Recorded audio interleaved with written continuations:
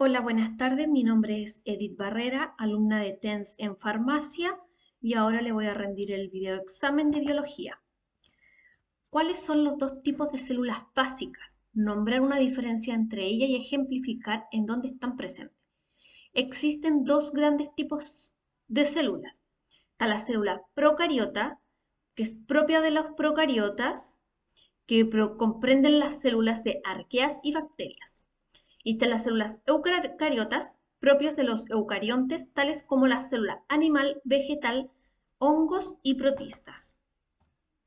Las procariotas son pequeñas y menos complejas que la eucariota. Contienen ribosomas, pero carecen del sistema de endomembrana. Esto es un orgánulo delimitado por membranas biológicas, como se puede ser el núcleo celular. Por ello posee el gran material genético en el citosol. Podría decirse que los procariotas carecen del citoesqueleto. Los procariotas sustentan un metabolismo extraordinariamente complejo, en algunos casos exclusivo de ciertos taxa, como algunos grupos de bacterias, lo que incide en su versatilidad ecológica. Las células eucariotas son el exponente de la complejidad celular actual.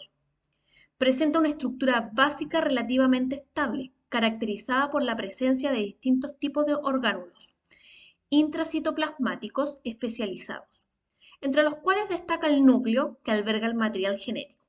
Las células animales carecen de pared celular, son muy variables, no tienen plasto, puede tener vacuola, pero no son muy grandes y presentan centriolos. Las diferencias principalmente entre estas dos células es que las células eucariotas tienen un núcleo. El núcleo es donde se almacena su ADN, que es su material genético, y las células procariotas no tienen núcleo, por lo tanto su ADN flota al interior de la célula. Explique y ejemplifique cómo se clasifica el transporte de membrana activo y pasivo. ¿Cuál es la diferencia de ambos? El transporte celular activo y pasivo es la transferencia de solutos desde el lado de la membrana celular al otro.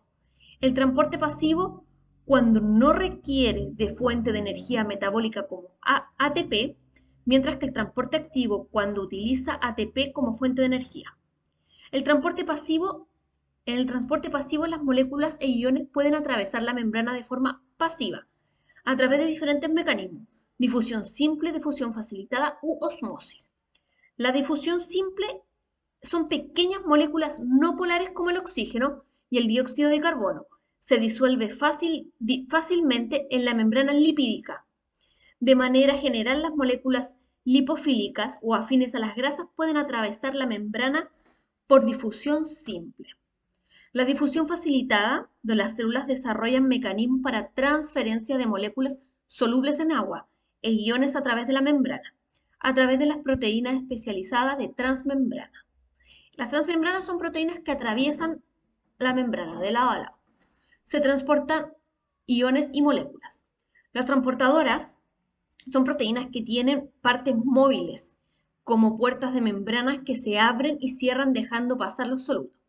Son como unas puertas giratorias en la membrana. Los canales son los que forman poros hidrofílicos estrechos que permiten el movimiento pasivo, principalmente de pequeños iones inorgánicos. Osmosis. La osmosis es el movimiento del agua a través de una membrana semipermeable. Cuando de un lado se encuentra un soluto que no puede atravesar la membrana, en la osmosis solo se produce movimiento de agua. El transporte activo es el proceso por el que la célula transporta material en contra de su gradiente de concentración, utilizado como fuente energética el ATP. En las células se describen por tres motivos de proteínas con las que son capaces de realizar el transporte activo. Están las bombas de ATP. Estas realizan el transporte de soluto acoplado a la hidrólisis del ATP, es decir, el ATP libera un grupo fosfato y se transforma en ADP. La energía liberada en la hidrólisis es la que bombea el soluto de un lado a otro de la membrana. El transporte activo impulsado por la hidrólisis de ATP también se conoce como transporte activo primario. Están los transportadores acoplados. Estos son los transportadores de unión ion o molécula que es concominante con otro soluto. En este caso, el soluto en mayor concentración de un lado de la membrana pasa al otro lado y promueve el movimiento del soluto de menor a mayor concentración. Los transportadores impulsados por gradientes iónicos se llaman también transporte activos secundarios. Estos se llevan a cabo por proteínas transportadoras conocidas como simportadoras y antiportadoras. Un simportador o contransportador transporta un soluto siguiendo su gradiente de concentración en la misma dirección. Por ejemplo, el cotransportador de la glucosa, que es dependiente de sodio del intestino delgado. En este caso, la glucosa y el sodio del interior del intestino son absorbidas al interior de las células intestinales. Explique cuál es el mecanismo de diseminación de las bacterias. Ejemplifique. Los microorganismos pueden entrar en el huésped a través de grietas de la piel por inhalación o indigestión o transmisión sexual. La piel, las infecciones cutáneas se adquieren típicamente por la entrada de los microbios a través de roturas en la piel, como heridas o incisiones quirúrgicas, quemaduras y úlceras en los pies por decúbitos que están asociados a los diabéticos. El tubo digestivo son los patógenos digestivos, son los que se transmiten por alimentos o bebidas contaminadas con material fecal. El aparato respiratorio, cada día, cada persona inhala un gran número de microorganismos, tanto virus como bacterias y hongos. En muchos casos se inhalan junto al polvo o en partículas de aerosol. Las distancias que esas partículas recorren en el interior del aparato respiratorio es inversamente proporcional a su tamaño, es decir, las más grandes quedan atrapadas en las sábanas mucociliares que revisten la nariz y las vías respiratorias altas. El aparato urogenital, que casi siempre es invadido desde el exterior a través de la uretra. El lavado del aparato urogenital, que se hace regularmente con la orina, sirve como defensa frente a los microorganismos invasores. La orina de la vejiga normalmente está estéril o contiene pequeñas cantidades de bacterias difíciles de eliminar.